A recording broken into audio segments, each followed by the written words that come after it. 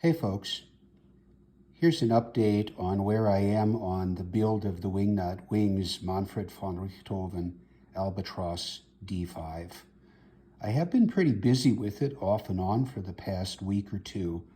All of the work has been either very slow and time-consuming, literally waiting for oil paint to dry, or super fiddly stuff, sub-assemblies or prep of pieces for sub-assemblies.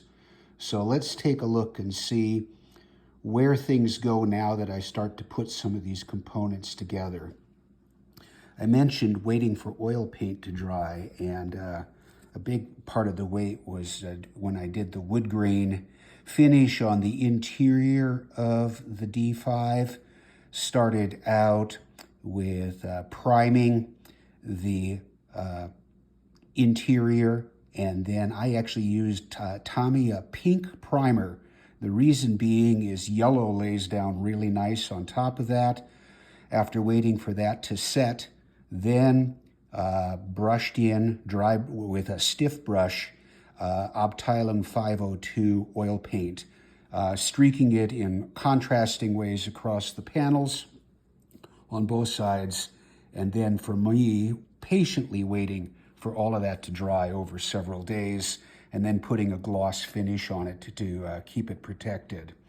I have assembled the Daimler Mercedes engine, with the exception of a couple of little components and doodads that sit at the top.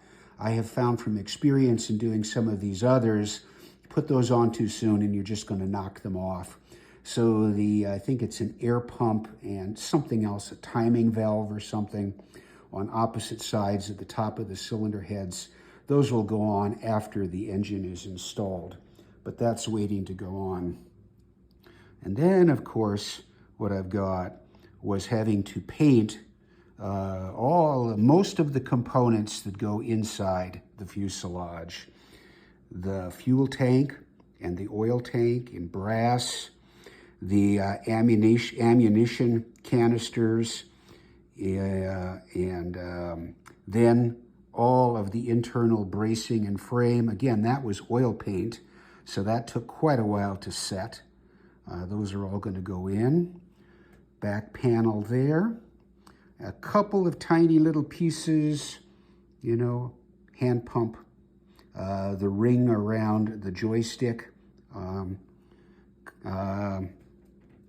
the various instruments which get grouped and placed inside the cabin. And of course, Manfred von Richthofen, I have trimmed down the figure now, so he actually fits in the seat and fits in the cockpit, although I'm pretty sure he's going to lose a good part of his lower legs because he really needs to have his knees bent. And frankly, it's just easier to chop off the calves and the shins there. Those won't be visible anyway. But otherwise, he's a good fit. Of course, that'll result in hiding what limited detail you can see once this is all closed up. So the next step now is to start assembling these various pieces and placing them carefully inside and getting them in the proper places on both sides of the fuselage, and then sealing it up. Next step, when you can actually pick up this piece, so I'm going to say the sort of tacked in place now, fit it into one half of the fuselage along the grooves to make sure everything lines up. Again, speaking from experience, this is something you really want to do sooner rather than later, rather than after cement or glue has all hardened and dried and find out that things are not quite properly aligned. Get it in the grooves. Now I'm just going to let all of that set and not touch anything for a few hours, if not more. Step 1, section 1, attach a bulkhead and 2 frames to 2 runners. parts, A19, A23, A21, and then 2 D12s. Looks pretty simple, doesn't it? Ha! Ha! Not really, but I'm getting there. Right now, the side poles, posts, whatever, are only glued to that back bulkhead. I've got them threaded through the middle and just press fit into the front frame. Just going to let everything set on the back first with flexible CA glue, by the way.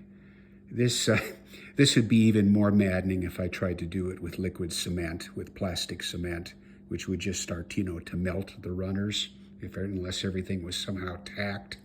I have carefully scraped off paint off of the edges of all of those pieces because I know from experience what happens if you don't. More to come. Okay, it's a day or two later, and believe me, this isn't as easy as it looks. Yeah, getting these subcomponents, portions of the frame, interior frame inside the fuselage is quite a process, especially for a guy with failing eyesight and shaky fingers.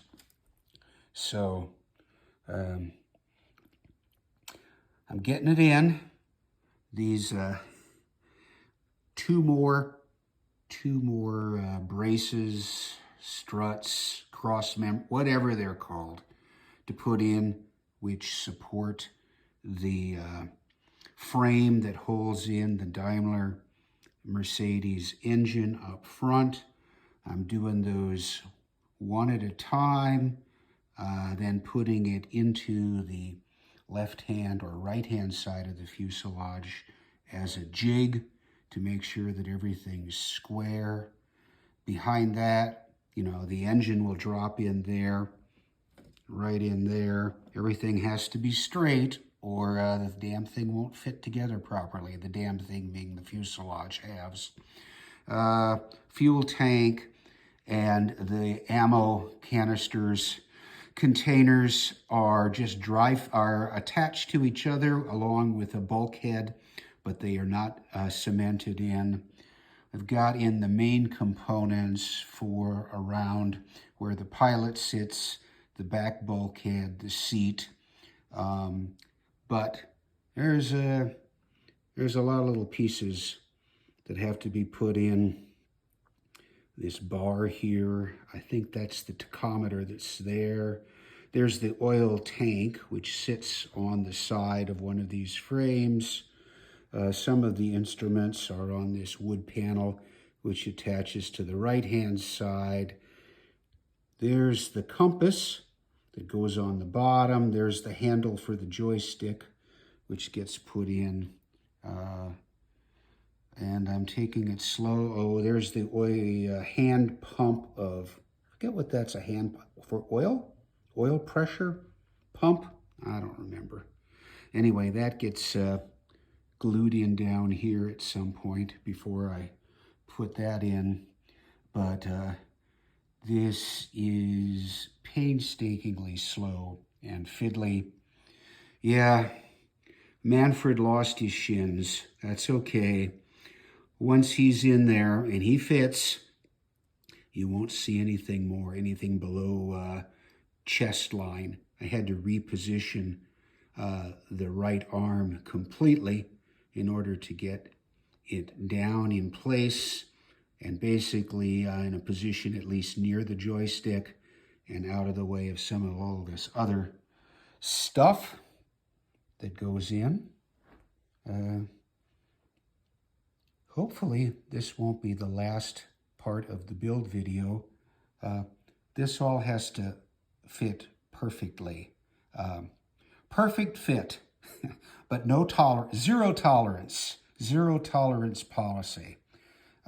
That works well for good modelers. I forgot just how insanely infuriating this stuff can be. I had the same issues in a different way with the SE5A. It was a different construct for the interior, but boy, that took several weeks, elapsed time, before I got everything to fit. So who knows whether there'll be another installment in this build series. The goal today is to get those two frame pieces in and everything square. I am not going to cement in the rest of this stuff. I may or may not start dropping in the fiddly stuff. But 2 more to go, but I'm waiting, as always, for cement to dry. Thanks for watching.